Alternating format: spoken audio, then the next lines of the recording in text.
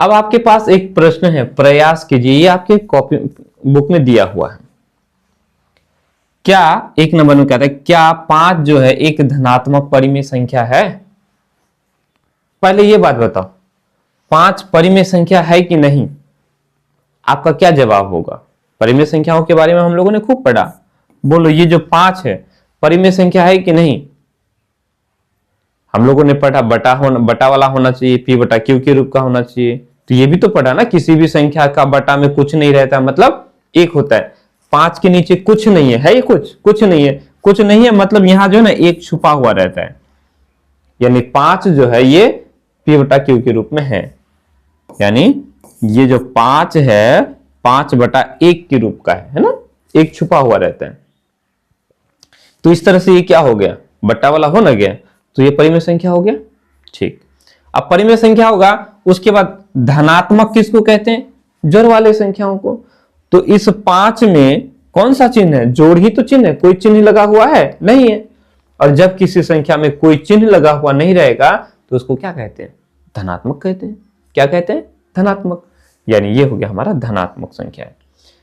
धनात्मक संख्या भी है, परिमेय संख्या भी है ना। चलो,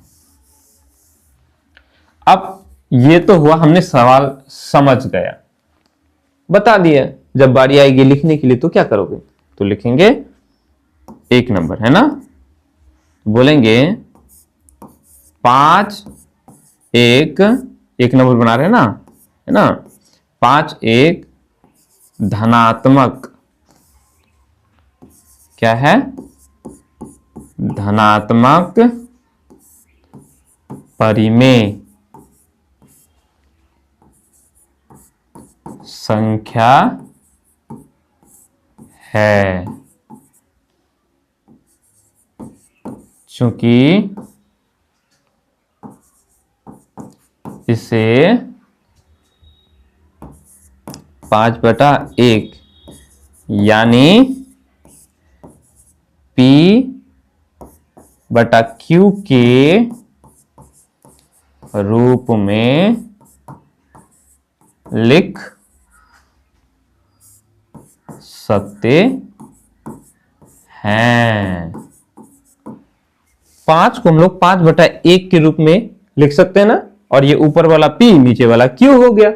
नहीं हुआ कोई दिक्कत? जब ऐसा हो गया तो हम बोलेंगे ये जो है, हाँ लिख सकते हैं,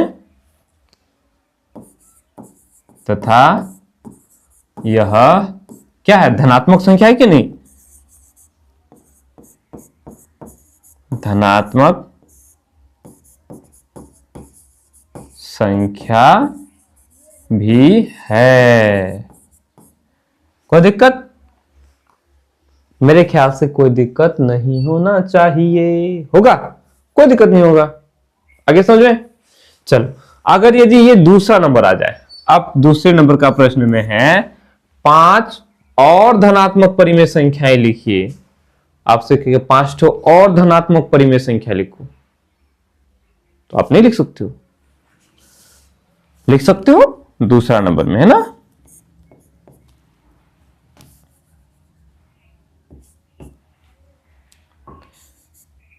पांच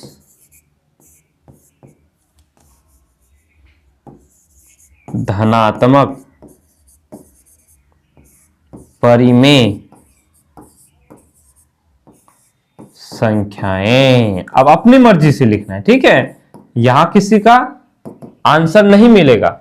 अब आपके मन में कौन सी परिमेय संख्याओं के बारे में है, मेरे मन में क्या है कि नहीं?